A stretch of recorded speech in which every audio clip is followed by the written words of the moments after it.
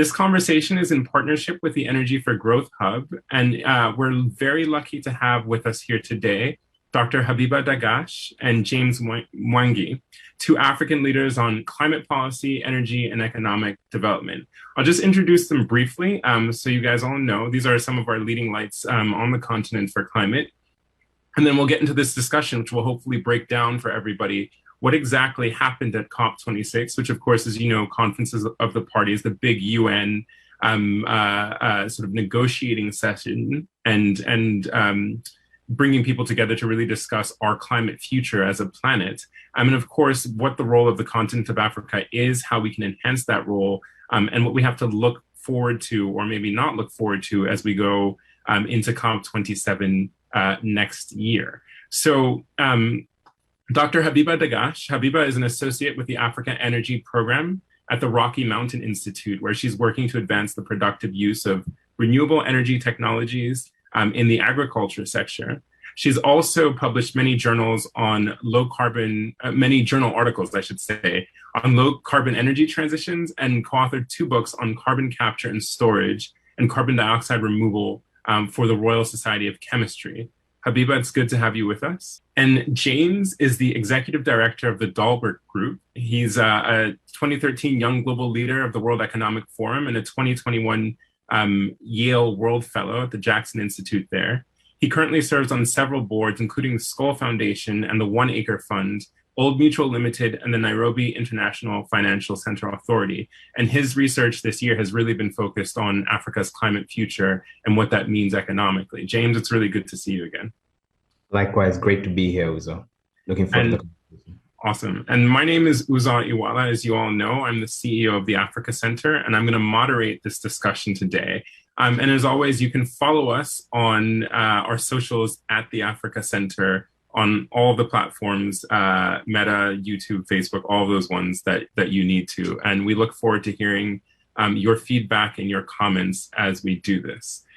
So Habiba, James, again, thank you very much for being with us. And I would love to just ask both of you, since you were both at COP, I think possibly in different weeks, or actually for the full 2 weeks of the conference, if you could tell us a little bit about what the atmosphere was like there, both from a general perspective, then also as two Africans advocating for the continent's position and trying to learn as much as possible about what people are thinking about, talking about, and how that's going to affect us continentally as we move forward into this pretty uncertain climate future that we're facing. Habiba, I'll start with you. For me, the COP is really this massive summit that brings together all public sector, policymakers, government, private sector to discuss the state of the climate, to do a stock take on how far we've gone in addressing the issue of climate change, and to see whether we're meeting our expectations, essentially. For me, Glasgow was incredibly overwhelming, I thought. I've been to 2 COPs. I've been to Madrid and here on COP26 in Glasgow. And I thought there was a lot of tension to deliver action that would align the world with a pathway to 1.5 degrees.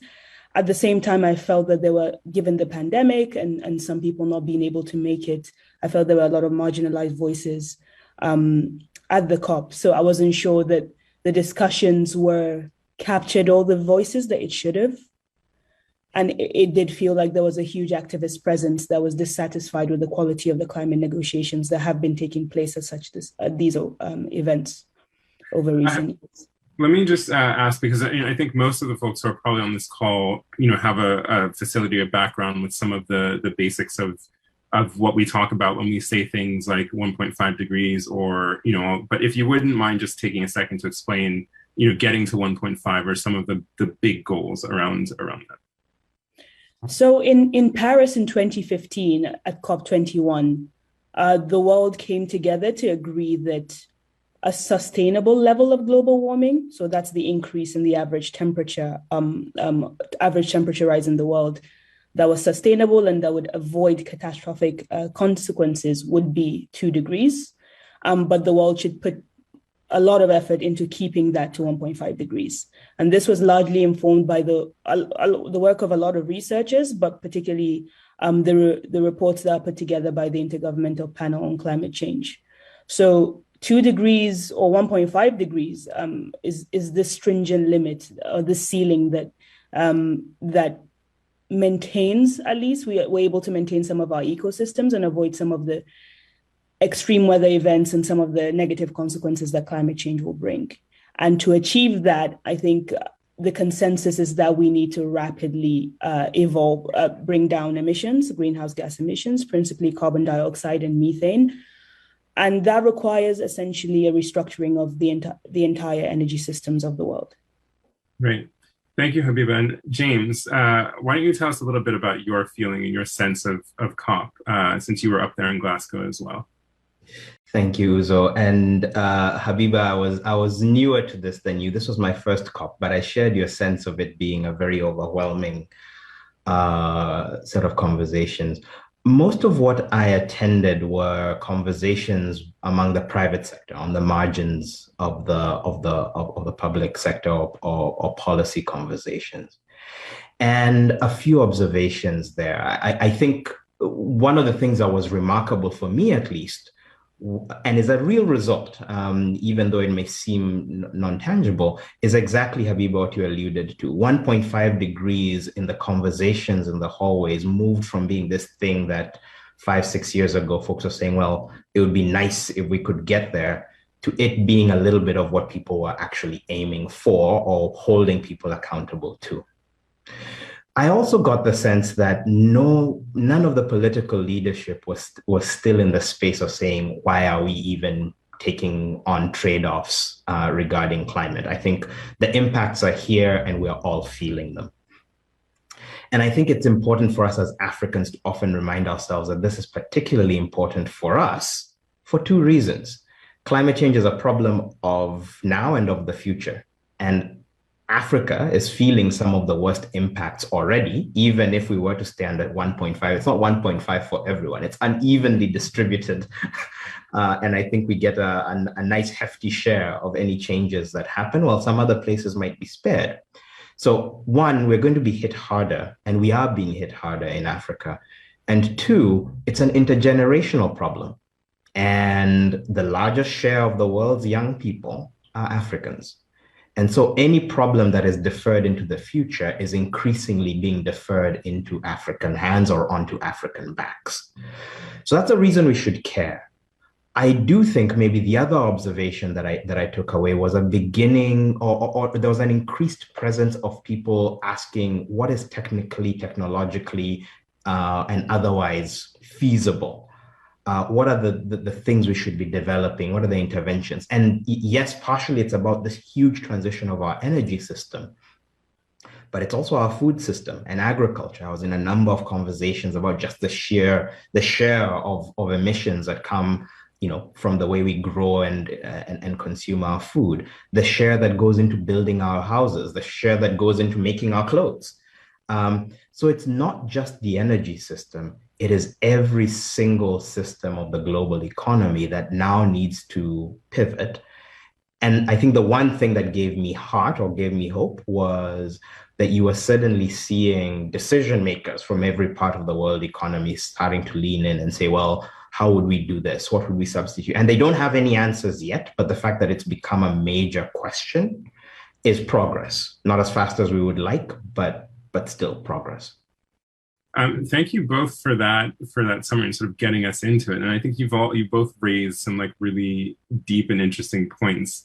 I want to go back to, let's start maybe with the political aspects of things, because and what that actually means. I think there are all these questions about the continent. First of all, how should the continent approach? We've got 54 countries.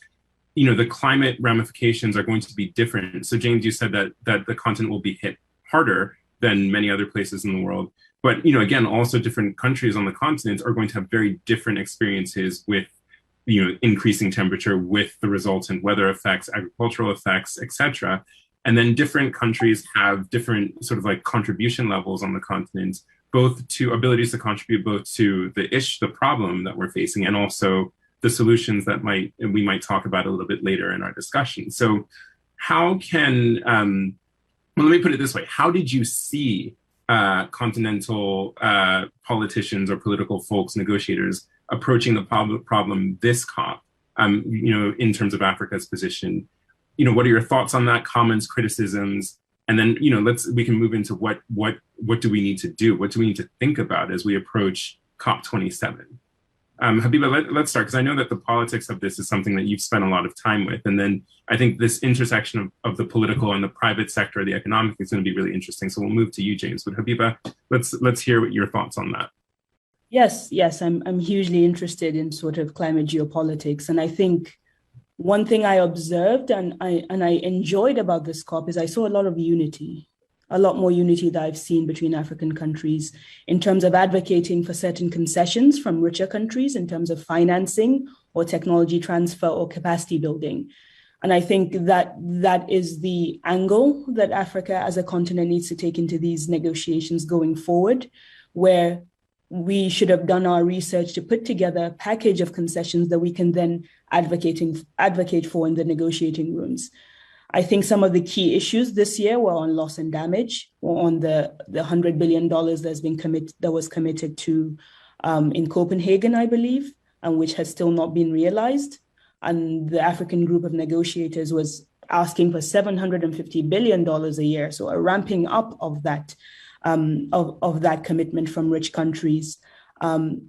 Adaptation, loss and damage, financing. These were I felt like the African countries rallied around these topics and made it clear that this was their priority in negotiations, which gave me some hope. But then I was disheartened that the levels of commitments that came afterwards, or some of the vague language that emerged in the Glasgow Pact, did not give definitive commitments to African countries on these issues. And I think looking forward to Sharm el-Sheikh this year really needs to be spent on figuring out the negotiating strategy and how to approach the negotiations to ensure that we can get those concessions from the rich countries, because we do not have the resources available to be able to deliver the ambitious action that's expected from the continent in terms of both mitigation and adaptation. Let me, because I want to just dwell for a second, and I'll come to you, James, momentarily, but on this $100 billion, which, I'm kind of at a loss as to how anybody thinks that's a legitimate number, considering the actual impact that African countries have had. And, and Habiba, as you said, what's necessary. And of course, there's a little bit of a, sawed off kind of quality to that. And also a lack of understanding of the true potential. James, I'll come to you about that. But how was there anger around this $100 billion fiasco of a number? Is it a distraction? Is it something that we can actually move from? Sometimes I think there's a fixation on that number, and I do think it can serve as a bit of a distraction. To the best of my knowledge, there isn't a solid piece of analysis behind that number. We know that the commitment needs to be big, and it needs to be distributed across the continent. And maybe the lack of evidence or solid evidence behind this number is evident in the different numbers that have been put forward by different negotiating groups, whether it's $100 billion or $1 trillion. What we know is that the investment in climate change mitigation and adaptation is in the trillions of dollars globally, and Africa, at least on the adaptation front, will require a huge chunk of that. I would also advocate for the countries to put together more structured and specific national adaptation and mitigation strategies and cost them. This at least gives us a sense of the scale of the commitment that we're looking for. But sometimes this fixation on a number can just be a distraction. Right. And James, let me turn to you, because you and I have talked about this 100 billion versus, and we'll toss the number now because it is a distraction, I think. When the actual number we're looking at for the continent is really somewhere, between 1.5 and $3 trillion worth of investment that we're really considering. Habiba, you mentioned in the trillions. And James, you've taken a very positive sort of stance towards that number, as opposed to being afraid of it. You're saying that's not, $3 trillion worth of, let me use the right language. That's really $3 trillion worth of opportunity to really transform the world. Do you want to speak about that from a sort of an economic business perspective? Yeah, the thing for me is, there's this spectrum, right? You've got loss and damage on one side, which is bad stuff has happened to us. Someone needs to pay for it because it wasn't our fault. Then you've got adaptation. Bad stuff is likely to keep happening to us. Someone needs to help us pay to be ready for it so it doesn't hit us as hard. Then you have mitigation, which is if we do some things, then maybe bad stuff will be less likely to happen. We can slow down the causing of the bad stuff. And to date, the climate discussion has tended to fall into those three buckets.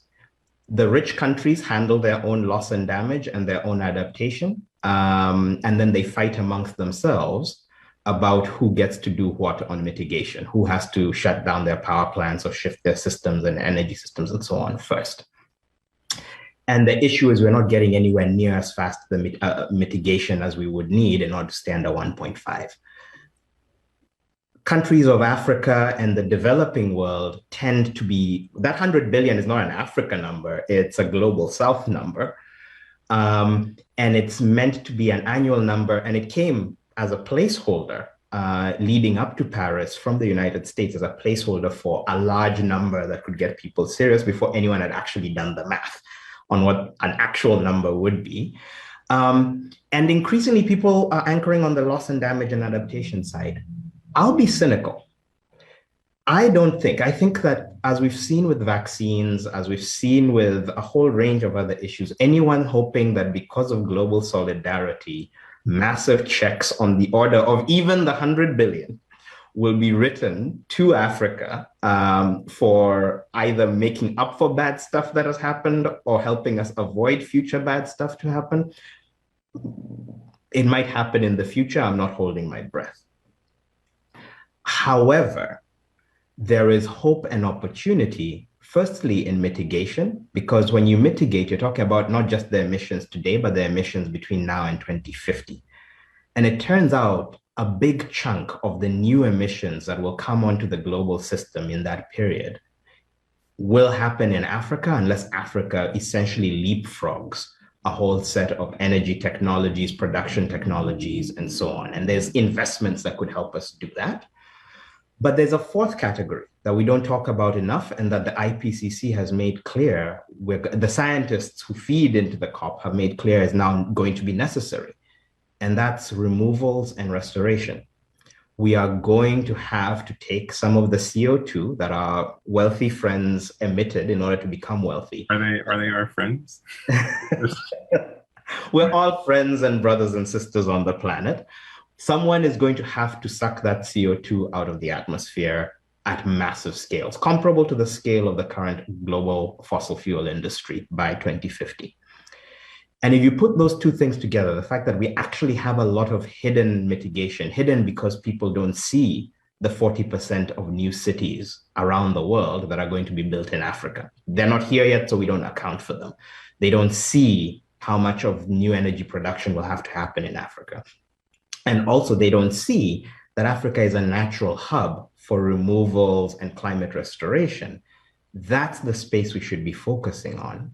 And the reason I took a lot of excitement from Glasgow was you were starting to hear on the mitigation side, people asking, well, what would happen if we tried to do green hydrogen at massive scale in places where the sun shines a lot longer and a lot brighter than it does in the global north? Right? What if we applied new technologies for green steel and other things? And once you start thinking in that direction, you start saying, could Africa position itself as in the vanguard of mitigation, especially of emissions that haven't happened yet? And then in the leadership role on restoration and removals. And remember, if we know that a lot of countries aren't making net zero we know that the globe has to be net zero by 2050 for us to have a chance of staying below 1.5. We know that some countries have already said there's no way they can get there. That means somebody's going to have to go net negative if the number line still works the way I remember it. And the easiest place to go net negative from is from as close to zero as you can get. And Africa remains, on a per capita basis, the closest to net zero of any continent. So we're the ones who could have an opportunity to define economic opportunities and value transfers that are about these billions of tons that we will take out of the atmosphere using our natural resources, using our talent, using our treasure.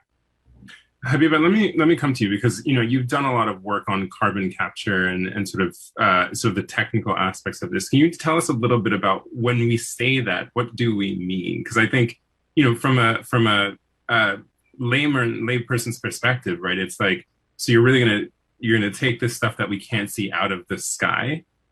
What and then James, to you, like, and there's money to be made off of doing it. It sounds kind of like water from a stone almost. But what are we talking about when we say carbon capture?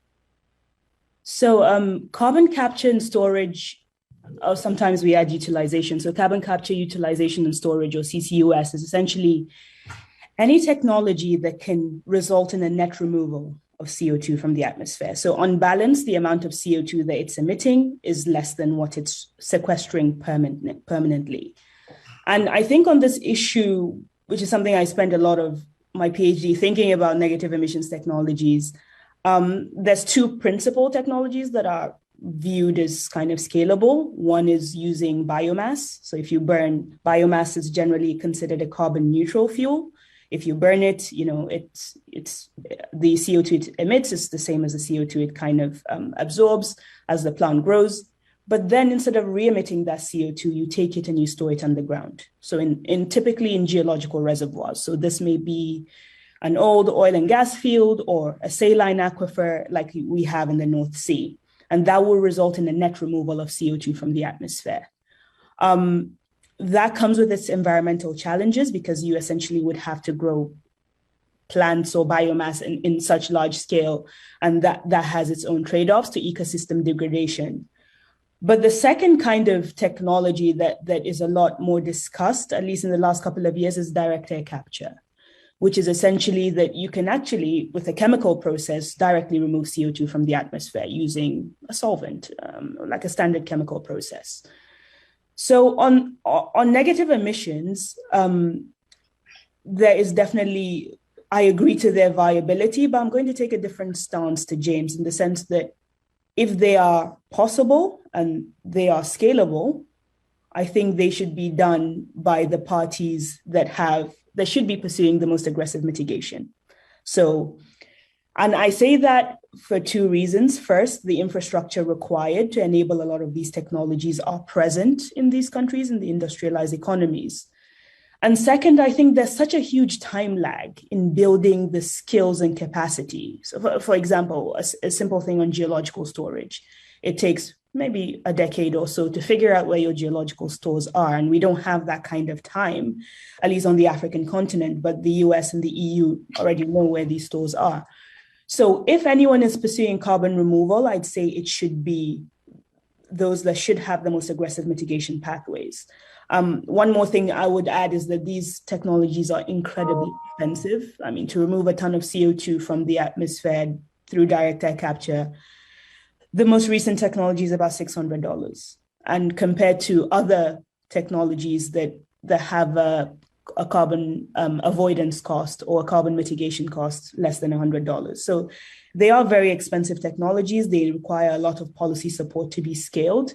And whilst I think we should definitely see how we can capitalize on them, I think the countries that should be driving down emissions the quickest should prioritize that in their strategies. James, do you want to, because I know that you have some thoughts about this. So I completely agree with you and also completely disagree with you, Habiba. I completely agree with you that the countries with the highest emissions should pay for removals because that's what should happen. I also think that removals, because they're a global public good, should happen where they're most economically viable to do. And that's going to be determined by a set of geological and physical constraints, which are knowable. And I think that there's a big opportunity, and this is really informed by discussions with a number of the leading carbon removals companies as well. There's a real opportunity that Africa has on a number of levels. So for example, if you look at what's been happening in Iceland with the likes of Climeworks, Carbfix, and them, geothermal ecosystems offer really interesting opportunities for direct air capture. But actually, East Africa has more current exploitation of geothermal power than Iceland does. So we are already drilling wells. We already have potential. The entire Rift Valley is a geologically active zone, and it's not the only one that Africa has. Yes, there is mapping to be done, but we forget the fact that there are skilled professionals on the African continent who are drilling more geothermal wells than almost anywhere else in the world other than the United States today. That exists. In addition, when we talk about biomass, a great opportunity is waste biomass. The vast majority of what's grown on most farms is left on the farm to rot and become and leave and go back into the atmosphere as methane, right? Part of the reason it's never gathered is in the global north, it's expensive. Labor is expensive. People are busy. We have lots of young people looking for something to do. So actually the cost of massively gathering biomass without new crop growing is actually lower in many parts of Africa than it is in the places where the economics of biomass for BECCS were done. And when we ran some of those numbers, it did indeed show that a lot of the numbers being run, because they assume global north labor costs, rule out technologies and interventions that actually may make a lot of sense in places where people are actually looking for productive work. That also applies to things that are a little bit further out into the future, such as enhanced weathering. So actually taking absorptive rock, crushing it and spreading it over large acreage of marginal land, or extensive deployment of biochar. So there's a whole range of technologies that could take advantage of countries which are already taking this policy. So for example, California currently says, we don't care where you do your removals if you're engaged in automobile emissions, so long as they can be validated. That's an export industry for us if we approach it in the appropriate way. And we know that people are willing to pay $600 a ton for some of that. So can we do it cheaper? And can we bring a wider range of interventions that tackle that? And it's an export that you don't need big roads and railways to ship out. You just need to verify that the stuff went in the ground, which plays to our infrastructure challenges. So finally, go ahead, James. Go ahead. Maybe the last thing I'll say is, we know this is going to be a massive industry, right? Last year, less than 50,000 tons of carbon was sequestered, probably actually a lot less than that, using direct air capture and similar technologies. The most conservative estimates say that we need to be at hundreds of millions of tons by the end of this decade and billions of tons by the 2040s and 2050s. Because it's an industry that nobody has already built an advantage in, no one knows how to do this. We're all starting more or less from the same spot. And that actually makes it a better industry for us to be chasing than some of the others where Africa would be starting substantially behind everyone else. Over. So Habiba, I want to ask for your response on that, but then I want to transition because I think there are a couple of questions that have come up. And I've written about this as well in terms of the transition space and the politics around transition. But first, Habiba, your thoughts, and then we'll move to transitions.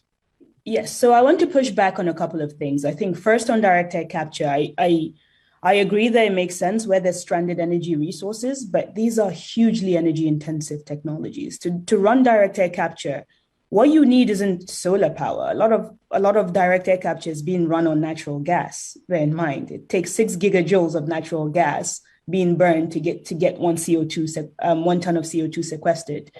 So for me, I look at the state of our energy systems. I would question whether it's efficient to build out power generation capacity to use that to sequester CO2 on the African continent, as opposed to providing improving energy access or providing quality of electricity service across the continent. I think the second thing is about, even if we do build out this industry and we can create jobs, who gets the credit? Because the idea of this new international global emissions trading system is that whoever pays for it gets to account for it in their emissions reductions commitments. So if the US pays to do a ton of CO2 removal on the African continent, those are still CO2 reduction that the US have fulfilled. So it wouldn't count towards our contribution, if that makes sense. So I appreciate that there are opportunities for establishing new industries, but sometimes I think there is a moral hazard associated with carbon dioxide removal technologies. And that is, once you begin to push that we can do so much removal, which I think the estimates are a lot smaller than what is actually realistically feasible, people feel like we can slow down mitigation action in the interim. And I think that's dangerous. Yeah, couldn't agree more. And if I may also, just maybe one last piece. I could not agree more that mitigation and removals are not substitutes for each other. We know that we will need to both remove and mitigate. I think the thing I'll bring from looking at what causes us not to build out our energy stores enough is what Africa is lacking is anchor energy demand. The reason why we don't have bankable renewable energy projects is not that we don't have lots of people needing energy, it's that we need big off-takers that we can then say we're building some of this to feed them.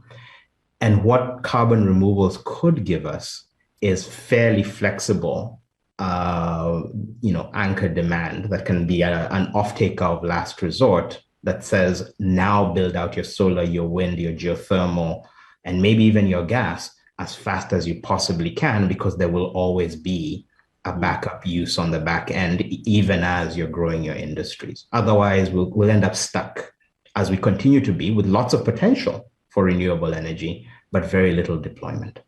So let me shift, because you guys have both mentioned at this point in time natural gas, which I think is one of the things, again, if we're talking about COP, that came out of this, and this idea that richer countries have decided that they are not going to finance projects for natural gas in other parts of the world, and as is their right or whatever, but at the same time, they are also still financing major natural gas projects in their own places, or fossil fuel heavy power generation projects in their own places, and so again, to go back to the politics and how the continent can take a stance on this, what are your thoughts on that first and foremost, on issues around equity and issues around justice when sort of statements like that are made, and then where do we go from there? Like, what do we do when we think about this?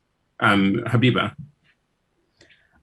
So with regards to the fossil fuel financing bans, I think maybe there seemed to be a lot of surprise at some of the announcements, but I was expecting them to come at COP26 because of the tone of the discourse, I would say, at least here in the UK and in Europe. I think a lot of the advocacy there was a lot of advocacy on eliminating fossil fuels domestically, but also any involvement of private sector in financing fossil fuels overseas, which for me, I think is incredibly myopic. I think natural gas in particular is an important fuel for balancing out electricity systems. I think as we look to utilize a lot of renewable energy sources, particularly solar and wind, which are variable sources of energy, we do need some kind of dispatchable generation. And what I mean by dispatchable is something that can respond very quickly to changes in supply. So I think the fact that the discourse has been so Western-centric has meant that people have forgotten that these basic demands on the African continent to have reliable and operable energy systems, to which we need fuels like natural gas. And I think sentiment has kind of gotten involved. And I also want to highlight some of the hypocrisy of eliminating, it was meant to be a two-pronged approach. You eliminate it domestically and also don't do the financing overseas. But they've retained and expanded gas generation capacity in Western industrialized economies. And what we see now is they're just depriving the African continent of a much needed source of capital.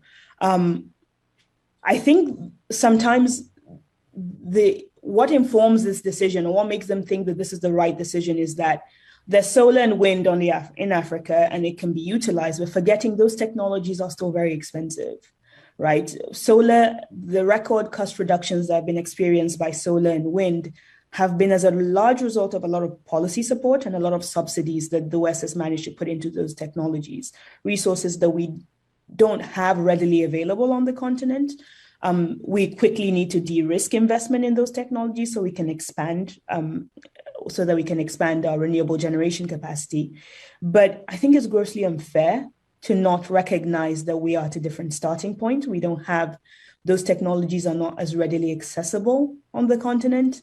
And some of these blanket bans forget that there are contexts in which some fossil fuel use is still hugely required and very useful to development ambitions.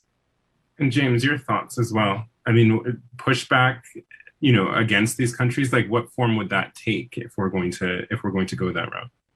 Let's be clear what we are saying. We're saying, give us money, give us your money, however ill-gotten, to build stuff in our place.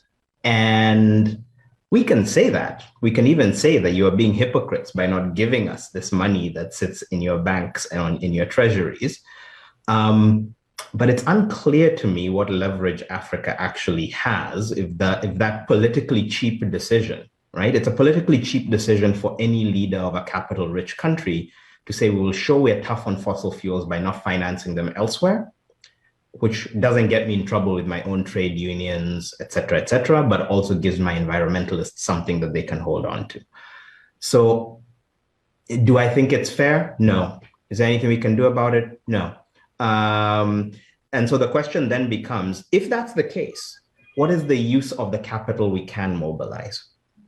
Because what we don't want to do is take our limited capital and put it into potentially stranded assets of the future, right? And I think there is some good news here and some arguments that I think we should look at more closely. I do agree. In some ways, I'm agnostic on natural gas. Remember, I'm driven a lot by that point that says we in Africa should be demanding the most aggressive action on climate change because it's going to be a disproportionately African problem on the back end, right? So if people are cutting emissions faster, that's great. That's actually a transfer to Africa in some ways because of the demographics and timelines.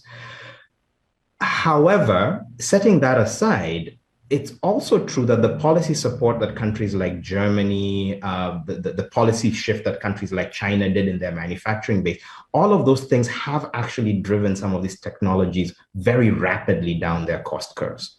And one of the things that's happening is energy is shifting from being a resource or being resource economics. And resource economics are about wherever you can find a supply of the resource, you then have a supply and demand issue. Is there enough of that supply and so on? And the price moves up and down within a band. But we're now moving into technology kind of economics, right? Think of how much you paid for a unit of processing power on your computer in 2000, and think of how much you pay for that same unit of processing power today, right? If you buy that the silicon in a solar panel is going to improve roughly at half the rate of improvement that the silicon in your computer did, I'm just saying half just to be conservative, those same cost dynamics are going to apply over time. And it has its limitations. Each of these technologies has their limitations, but we are heading to a world in which the marginal cost of renewable energy is really difficult for fossil fuels to compete with down the road. Now, they need to be part of a balanced system, but we also need to ask ourselves, where do we want to put our limited resources? In the technology that's going to continually get cheaper and has zero marginal cost once it's installed, or the one that probably locks us into the same types of problems that South Africa is having now, which is you still have to keep on paying for your fuel, and over time, your fuel availability will go up and down. And the pressure from the climate hawks will only increase. And that's just a pure business calculation. I'll leave it to every business person to come up with their own answer to it. Well, you guys just started a little something in the chat that I was seeing where people are getting a little heated about some of the thoughts, approaches, and pathways. Let me go back again then to the politics of this, because I think, what you both say is right, which is we don't necessarily have much leverage on this, right? And again, I love the way that it was phrased, right? It's like, in a sense, that money you're asking for investment or, dare I say reparations of a sense, but like if somebody holds the money and you don't, you're, like sort of going to break into the bank, you're kind of not in a position, you don't have leverage there. But at the same time, that doesn't mean that we don't have any leverage, right? And this is where I get back to this question about, is there a common position around any of these things, whether we're talking about policy support for some of the technological innovations that you both spoke about, however far along we are with them, or whether it comes to some of this issue around how we deal with, justice around the transition. How do you get, based off of what you all saw at COP26, and again, Habiba, you said that you were both encouraged and disappointed, and James, I think coming from the private sector angle, you said that there's a lot that we can hope for. A policy position is obviously like bringing these things together. And from the outside perspective, if you're sitting where I am, you're looking at some of our countries, our negotiators, and you're saying, guys, like, or people like, what's really happening? So how would you push folks into a stronger stance, even if we're not leveraged in the way that I think we should be? So I think this has a lot to do with some of the planning that we undertake within the African continent, and mostly happens at a national level. I think some of the NDCs that we've put together are insufficient. I think we need better mitigation plans. I think we need better development plans to show how we can deliver economic development and a higher quality of energy access and energy service alongside climate change mitigation and adaptation. I don't think anyone will advocate for just going down the fossil fuels route at this point. I think that's ridiculous. I think we need to try and capitalize on renewable energy as much as we can. However, recognize that some fossil fuels still do have that important role to play in terms of balancing. I think the extent to which these different types of investments are needed, we need to figure that out by looking within, at least at a country level, to see what is the demand, what is the least cost mix that delivers a certain level of climate ambition. And then we can take that to these negotiations and say, well, from my planning, I can still deliver maybe not net zero, but very close to it, with still some fossil fuels in the mix. I've done research on that in Nigeria, and I saw that, even the conditional NDC, that's a 45% reduction relative to business as usual, had some gas in it, but it had a huge amount of solar and wind power in the country. I think we need to do that type of planning. And when we have that concrete evidence, then we can use that to anchor some of the negotiations that we're taking going forward. And I think that the second maybe approach that we can take, maybe going into Sharm el-Sheikh, is to maybe I'm not yet satisfied with that the voice is strong enough, reaffirming this notion of common, we have a common objective, but we have differentiated responsibilities and differentiated capabilities. And I want to see the African group of negotiators reinforce this point and to show that to deliver the levels of climate ambition that is required to avoid some of these extreme weather events or difficult climate episodes, Africa needs to be on the board, and this is what we're demanding, right? Or else that we do have the potential to derail some climate action if we choose to pursue a more carbon-intensive pathway for development. And I think that needs to be the angle and the tone of the conversation. So a little bit of mutually assured destruction in there as a pressure point. I mean, I guess it's kept us alive for the duration of the Cold War. So as we move into climate crisis, maybe that's the way to go. But James, your thoughts on that? Yeah, the challenge with the mutually assured destruction case in this instance is the Africans will die first and die most. Right. We're kind of taking ourselves hostage and saying, do this or so there's a limit to the strategy, but it's a part of it. I think that firstly, we need to step back and take that 30-year view and say, what is Africa's potential total contribution? Let's actually start putting out big plans for what role we could play in global mitigation. And this is not about fault or whatever. It's about saying, if you're thoughtful about, so for example, Germany has installed something like 30 gigawatts of solar in Germany at the cost of billions of euros. They could, I think, double. Habiba, you probably have a better sense of this than I would. They could double the energy output of that. They're not going to do that. I'm not saying it, but just to make it clear, if the only change you made was pick up those panels and move them from Germany to Ghana, you would double their impact on the global energy system, right? If an alien came to Earth and said, oh, this is a species that's trying to rapidly pivot to new sources of energy in order to save itself, they would say we're doing many hugely irrational things because of the way that countries are divided up. And part of what we need to be saying is, well, just shift production to where energy generation could be cheapest, right? Which is also where the labor is. And by the way, it's also where the raw materials are. So once you're no longer thinking about next year or 5 years from now, but are thinking 15 years out, you can then say, here is what Africa as a green manufacturing hub for the world could look like. Here's what it would cost to realize it.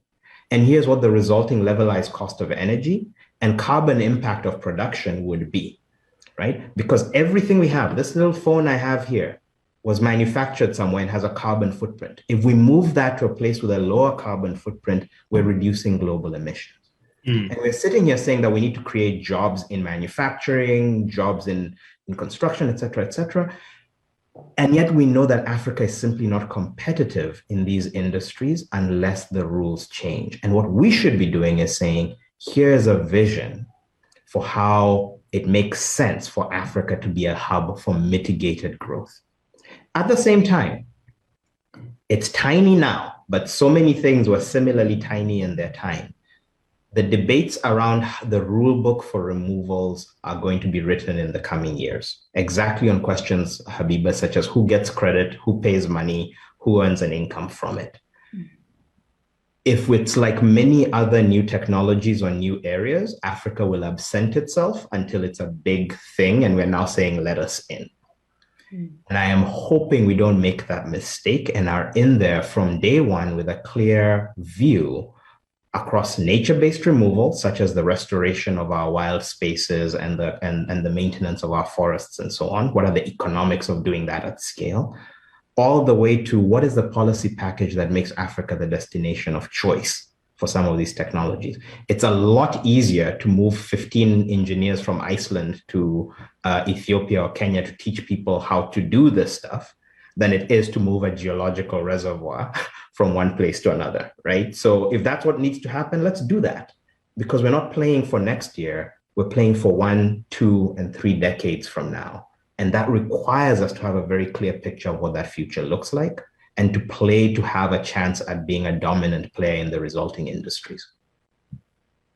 Habiba, thoughts? No, so I definitely agree with we need to quantify the opportunity, and I think we need to reframe some of the continent as destinations for some of these industries. I know hydrogen is a big one that's being discussed in Nigeria currently because of the natural gases available. In the south, the production of blue hydrogen, and in the north with solar panels, the potential for green hydrogen. So I definitely do see that we have immense potential. Maybe I'm a pessimist, but I doubt that they want to move those industries out of Germany or out of France. And I guess I don't have an answer to this. How do we convince them to do it? I don't think it's just about costs. I think it's about jobs. It's about maintaining certain power relations. How do we convince them? I don't have the answer to that, but I think we do have the potential. I don't think anyone would dispute that. But are they willing to come to us and disrupt, this established relation or power dynamic that we have between the global north and the global south?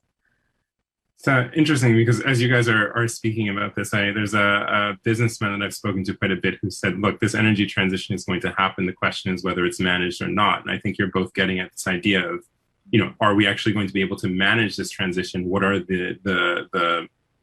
essentially the justice, power relations issues around this?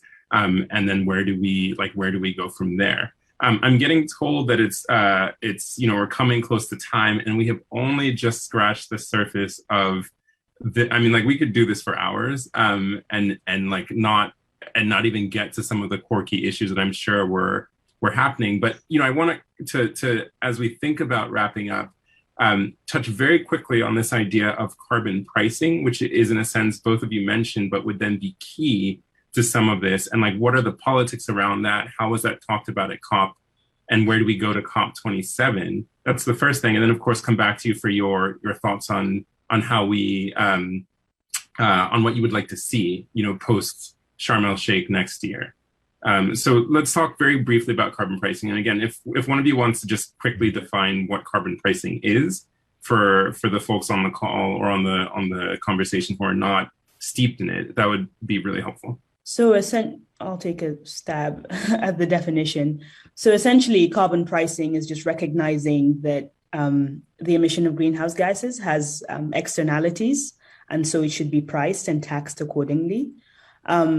Typically, that's been done via carbon tax. So, if there's a certain level of emissions in providing a certain good or service, that should be factored into the price or the cost of that service, or via a cap and trade mechanism that some countries choose to adopt, which is kind of limiting having a credit trading system and having a cap on the amount of emissions that can be produced by certain actors.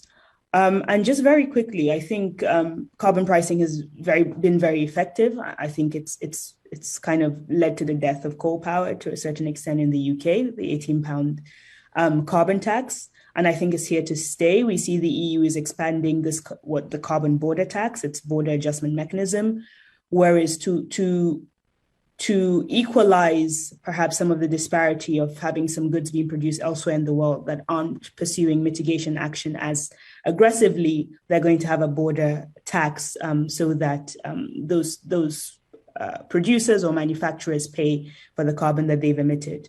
I think carbon pricing is here to stay. And I think it's probably one of the incentives for African manufacturing to try and utilize as much low carbon energy as possible, because I do think these clubs where there will be some kind of border tax will continue to expand as they look to protect their industries that are going green or going net zero. So we definitely should be aware of it and seek to capitalize on it.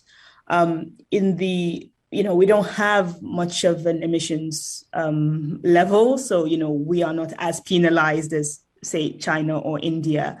So, because our emissions per capita are near nothing, and we do rely on a lot of hydropower and relatively lower carbon energy sources. So I think it's been painted as a death knell for African manufacturing, and I don't think it has to be. I think it's an opportunity.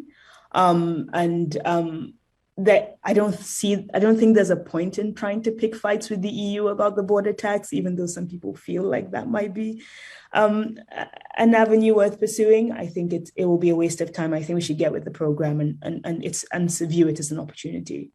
James, I see you nodding your head in agreement there. Oh, my neck hurts from how much I'm nodding. This is no, but I think the point is, if you are a low carbon emitting economy today, and virtually all of Africa is, then other countries introducing via carbon prices or carbon border adjustments a tax on goods emitted from goods produced from high emitting countries is basically a tariff favoring your goods.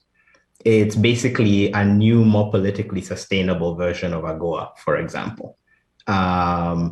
And what we should be asking ourselves is, where is that advantage biggest? What sectors? And this is not about, well, now Africa needs to go and invent, these conversations happen where you say, this industrial park, just move it from here, put it here, and suddenly those 10,000 jobs are in Africa and taking advantage of our carbon advantage vis-a-vis export markets. So that's one opportunity that comes from the carbon markets or carbon pricing. The flip side is, as we're thinking about payments for either avoided emissions offsetting, which is problematic, or some of the economics of removals. Again, I think that, the Article 6 conversations that are happening, I think we'll need to continue and start thinking about, how do you think about different forms of removals, and how do you actually pay that farmer who's engaging in climate smart agriculture and is actually sequestering a ton or two every year on their land because of the choices that they're making? And should they be able to get at least a fraction of the $600 a ton that you're paying to the Icelandic tech firm? Maybe the very last thing I'll say on this is, interestingly, a lot of the engineered removals companies are extremely excited about Africa, not because of anything else, but they're saying we can cut our cost of production by doing it over there, and then we'll access these carbon prices, plus actually be able to tell some sort of kind of co-benefits story that makes our credits worth even more. So there's actually ways in which both voluntary carbon pricing as well as the penal version, the compliance markets, all could work in Africa's favor, both in making our manufacturing competitive, but then also allowing us to build some of these other sectors in partnership with the folks who are actually developing the technologies and see this as an ideal hub. So look, we've talked about many, many things. We've gone from what it felt like to be a COP to some of the carbon, the politics and economics around carbon capture or sequestration. We've gone to natural gas and sort of like the hypocrisy of the West. We're now talking about carbon trading. There's so much, again, or carbon pricing that we can think about. In a minute, since we have to close, if either of you can just tell me like your vision over the next year of what needs to happen so that when our folks go to Egypt, we are pushing some of the things that you have said. Like, what do we need to do, James? I think we need to start we need to start really understanding, sizing, and quantifying some of our assets that we want to bring to the fore. We need to be thoughtful about getting the data, exactly as Habiba said earlier, that says, this is how much Africa could do on mitigation. Here's how much we could do on removals. Here's what the investments are that would get us there. Because these are goods that everyone wants to see more of, right? So here we're saying we're a cheaper way to get to our overall net zero targets than almost anything else. And we're competing for investment like anyone else. I think we keep on pushing the moral case for loss and damage and adaptation, but recognize that, like most moral cases in the world today, it may or may not have legs. Instead, let's really understand. Let's understand by country, how much can we do? What is possible if we get the right forms of investment? And let's make those investment cases upfront with an eye to what do our industrial bases and our energy systems look like 10 years from now, 15 years from now, 20 years from now. And thank you, James. And Habiba, you have the last word. Thank you, Zoe. And I want to echo a lot of what James has said. I think I think we need better mitigation and adaptation strategies that are adequately costed and that size some of that opportunity. I think so the quality of some of the NDCs that have been produced by African countries are insufficient. But at the same time, whilst, as we improve some of these plans and some of these strategies and go and ask for more investment or more financial commitments to the continent, I think we also need to look inwards. I think perhaps the levels of investment, of international investment, may not be realized. So we need to begin to look at local financing and what we can do in terms of adaptation locally and the resources that we can mobilize at a country level to begin to adapt some of our communities to ensure that they're resilient to the impacts that are coming in the future. I think, as James said, the moral argument, I think loss and damage needs to be front and center because, so much has already been lost to climate change consequences on the continent, whether it's flooded villages or drought struck farms and farmers. I think we need to push for whether it's a fund or some kind of tangible commitment on loss and damage and stop kicking the can down the road and creating arbitrary dialogues that will just keep happening at COPs for years to come. Habiba, James, thank you both tremendously for your time, for your thoughts and your insights. This is, as I said, the first in a series of discussions that we want to have, this recapping COP and thinking about the future, but of course, over the next year, as we head towards COP27 in Egypt, thinking about different aspects of the climate crisis from the African perspective and how the continent can have the most impact it can in shaping our climate future. To both of you, thank you very much. To all of you, thank you so much for joining us today from wherever you joined us in the world. Look, I hope that you all found this discussion as informative as I did. I mean, this is like, I feel like I got a mini PhD. I have so much more to learn in all of this. So thank you to both of you for your deep insights and your differing and complementary perspectives. And look, be sure to follow our speakers and to stay updated and follow their work. They're both really doing amazing things within this space from a research, from a business, from a transformational perspective. And that is what's really important to us as the Africa Center. I also want to say thank you to the Energy Growth Hub, our partners in making this conversation and hopefully further conversations happen. Their work is really around data-driven solutions to this climate crisis, and a lot of the work that they're doing really gets into some of the stuff that James and Habiba discussed today. So make sure to follow them. And you can keep in touch with us at the Africa Center as we push this and, of course, the other programming that we're doing around transforming people's understanding of the continent by following us at the Africa Center across all the social media platforms. So thank you all very much for joining us. Thank you for your contributions, for your questions, your comments, and the discussion going on in the chat. And we hope to see you again soon for the next installation of this conversation. Goodbye.